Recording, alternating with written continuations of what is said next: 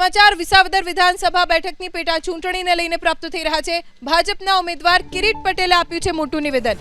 કિરીટ પટેલે કહ્યું, મારે જયેશભાઈને મંત્રી બનતા જોવાની ઈચ્છા છે, મારે મંત્રી બનવાની કોઈ ઈચ્છા નથી, મારે 800 દિવસ માટે ધારાસભ્ય બનવું છે।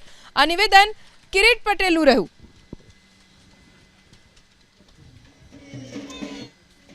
ભાજપના ઉમેદવાર કિરીટ પટેલ જેમણે મોટું નિવેદન આપ્યું છે। જયેશ રાદડિયાને લઈને તેમણે નિવેદન આપ્યું। તેમણે કહ્યું કે મારે જયેશભાઈને મંત્રી બનતા જોવાની ઈચ્છા છે, મારે મંત્રી બનવાની કોઈ ઈચ્છા નથી।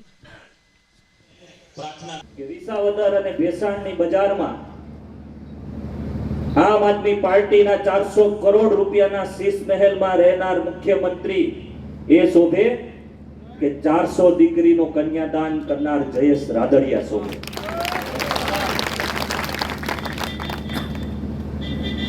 તે નિર્ણય કરવાનો સમય આવી।